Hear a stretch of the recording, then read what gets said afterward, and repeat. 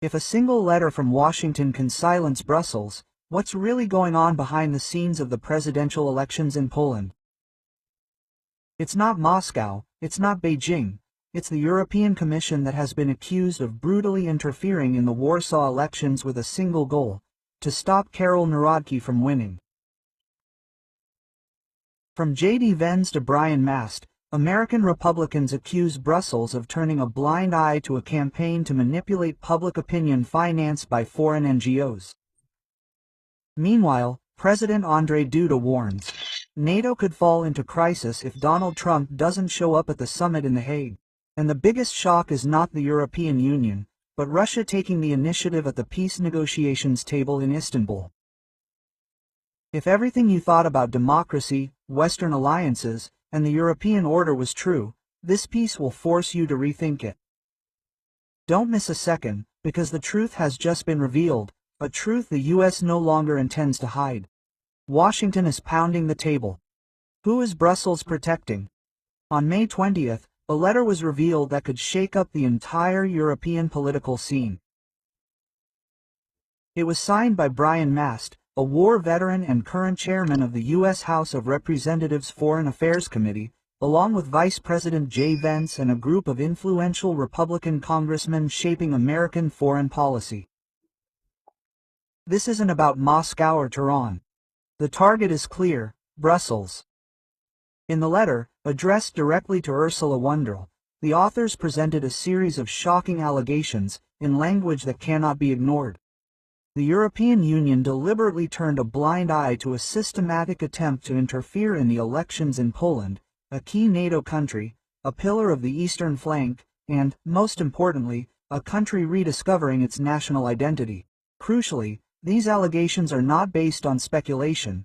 They are based on investigative material from Polish media from May 15th, which reveals that just before the first round of the election, a series of political ads worth hundreds of thousands of dollars were published on Facebook. The content of these ads was unambiguous: the glorification of centrist candidate Rafał Trzaskowski and the denigration of Karol Nawrocki and national candidates like Sławomir Mencen.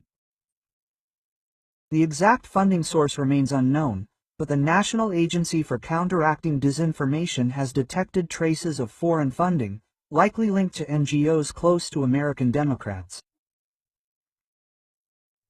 Even more disturbing, Meta, the owner of Facebook, confirmed that these ads aired precisely at the most sensitive moment of the election campaign. Imagine something like this happening in Washington, Paris, or Berlin. An anonymous foreign advertising campaign trying to influence public opinion during the presidential election. There would be congressional hearings, federal investigations, and the media would be blaring day and night. And when this happens in Poland, Brussels remains silent, and it is precisely this silence that makes J.D. Vance and his Republican allies in Washington indifferent. Because this isn't just about defending a strategic ally, it's about defending a fundamental principle. Democracy is not a commodity that can be bought through intermediaries under the guise of freedom. In Poland, we believe that elections are a national affair, not a playground for foreign billionaires. Meanwhile, the latest findings from our state agency monitoring the information space reveal a truth that has shaken the entire country. The presidential election is being manipulated by invisible hands from overseas. Specific data shows that for the 3 weeks preceding the first round of the election, an organized network of political ads on Facebook targeted young, primarily middle-class urban voters, those most susceptible to slogans about tolerance, integration, and the fight against discrimination, themes well known from Trzaskowski's campaign. At first glance, this seemed unremarkable, but only until we discovered that the organizations responsible for these campaigns were not registered with the National Election Finance Monitoring System. Furthermore, a significant portion of the funding came from non-governmental organizations based in the US, the UK, and Brussels. Leaked internal documents indicate that at least one of these groups was indirectly linked to the Open Society Foundation, an organization funded by George Soros, which provided materials, graphics, and strategies to coordinate the media campaign. The goal was clear: to portray Karol Nawrocki as an extremist, an opponent of Europe, and a threat to freedom, but it didn't stop there. Narodki was vilified by alleged ties to foreign forces, and even fake news was spread that he was supported by the European far-right. While Trzaskowski's campaign enjoys the open support of EU politicians, including implicit praise from Donald Tusk, the current Prime Minister and a close ally of Ursula von der Leyen. The tactics employed were subtle and effective. Ballot tampering isn't necessary. Simply instill fear, uncertainty, and a loss of trust, and voters will choose the lesser evil. This is precisely the modern form of interference, not with tanks, but with algorithms, social media, and, in some cases, the Brussels civilization. But Poles are not naive. We've gone through the era of censorship, and today we're beginning to recognize a new form of censorship, more subtle, better disguised, but equally dangerous. Brussels remains silent, not a single warning, not a single independent investigation, not a single response to the increasingly specific and systematic allegations of interference in a member state's electoral process. And this raises a serious question. What is the European Commission doing when democracy in Poland is being manipulated by foreign forces and political NGOs hiding under the guise of civil society? After all, according to the principles they so readily employ, the rule of law, transparency, and freedom of elections, Brussels should have reacted first. But no. When Hungary reforms its judiciary, the EU launches a new article. When Slovakia refuses military aid, it threatens to cut off funding. But when Poland falls victim to brutal foreign media campaigns, silence falls. Why? The goal of this interference isn't to destroy democracy, but to replace a national candidate disobedient to Brussels with the face of European law. Rafał Trzaskowski, the mayor of Warsaw, an open supporter of the European Federation's Fedato, an advocate for the abolition of cultural and legal boundaries between member states, a virtual political replica of Macron, Schalke, and Tusk. And here again we see Brussels's double standards. Democracies are only protected when the election results favor them. Media freedom is only important when their side is criticized. Electoral interference becomes a problem only when their opponent wins. A rhetorical question. What if the roles were reversed? If Narodki were promoted on Facebook by US groups, and Trzaskowski were attacked and accused of ties to Russia? Would the European Commission then exercise the same restraint? The answer is obvious. Brussels is not neutral. It is part of this game, sometimes even its director. And if Poles fail to recognize this, June 1st will be more than just election day. This could be the day we give the right to decide their own future to people who have never voted in this country. While Brussels looks the other way, an unofficial alliance is forming on the other side of the Atlantic. Without resolutions or lofty declarations, but with concrete political actions and support for those who dare to oppose the old European order.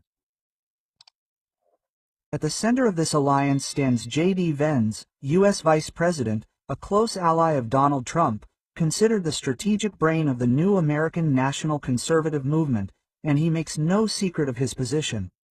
He openly, clearly, and unambiguously supports Karol Nawrocki. J.D. Vance not only signed the letter to Brussels, but also met with representatives of AVDI in Germany, spoke with right-wing leaders in France, Austria, and Hungary, and most importantly, participated in the CIPAC conference in Poland, attended by leading conservative politicians from Europe.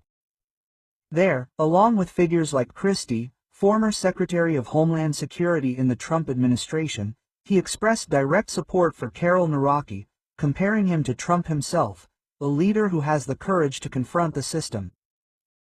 Shortly thereafter, Nawrocki held a private meeting with Trump, who didn't appear publicly, but is known to have expressed his belief that Nawrocki would win if Poles woke up.